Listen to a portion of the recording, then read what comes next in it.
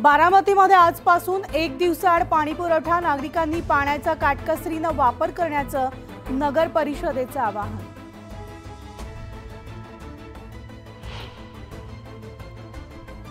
नवी मुंबईमधील नागरिकांना आठवड्यामधून दुसऱ्यांदा पाणी बंदीला सामोरं जावं लागणार। बारवी धरणाच्या जलवाहिनीच्या दुरुस्तीसाठी उद्या पाणी पुरवठा बंद राहणार।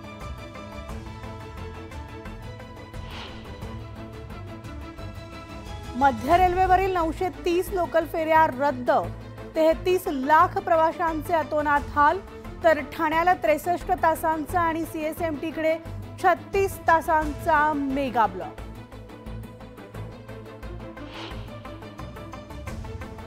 मुंबईमधील रेल्वे हद्दीतील 29 महाकाय होर्डिंग्जवर अजूनही कारवाई नाही।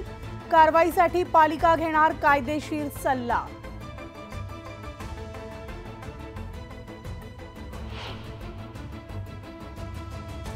पावसापाठोपाठ साथीच्या आजारांमध्येही वाढ। साथीच्या आजारांना तोंड देण्यासाठी मुंबईतील रुग्णालय सज्ज।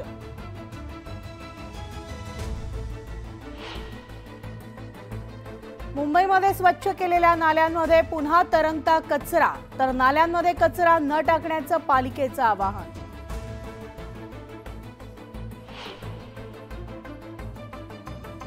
म्हाडाच्या मुंबईमधील 173 दुकानांचा 11 जूनला ई-लिलाव। ई-लिलावामधून मुंबई मंडळाला किमान 125 कोटी रुपयांच्या महसुलाची अपेक्षा।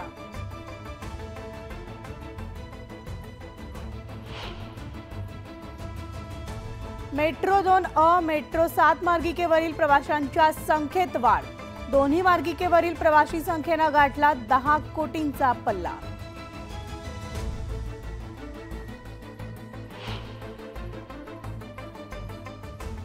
मीरा भाईंदर पालिकेकडून म्हाडाला 11 वर्षात एकही घर नाही। 10 लाख लोकसंख्या नसल्यानं नियम लागू होत नसल्याचा पालिकेचा दावा।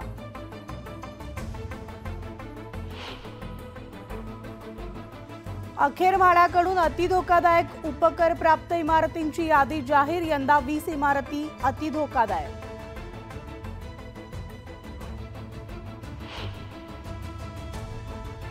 येत्या 24 तासात मोसमी वारे केरळमध्ये दाखल होतील, हवामान विभागाकडून अंदाज व्यक्त।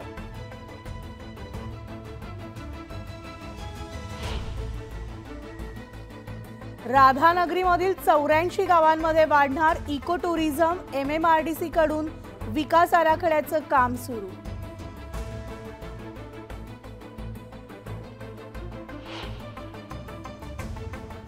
वर्सोवा पुलाजवळ पाईपलाईनच्या खोदकामादरम्यान अपघात। मातीत जेसीबी आणि कंटेनर अडकला। ढिगाऱ्याखाली एक जण अडकल्याची भीती।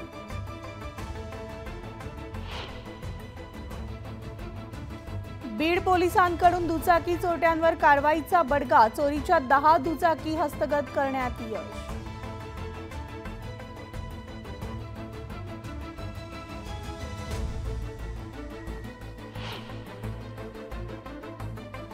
भुसावळमध्ये अज्ञात हल्लेखोरांकडून माजी नगरसेवकासह बांधकाम व्यावसायिकावर गोळीबार।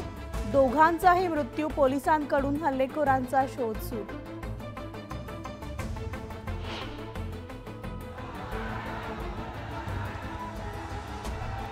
किनवटमध्ये दुहेरी हत्याकांड। 29 वर्षीय तरुणासह 50 वर्षीय महिलेची निर्घृण हत्या।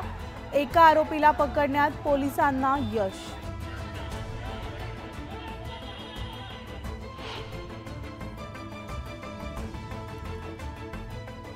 बुलढाण्यामधील नांदुरा तालुक्यात बर्निंग कारचा थरार। सुदैवाने जीवितहानी नाही।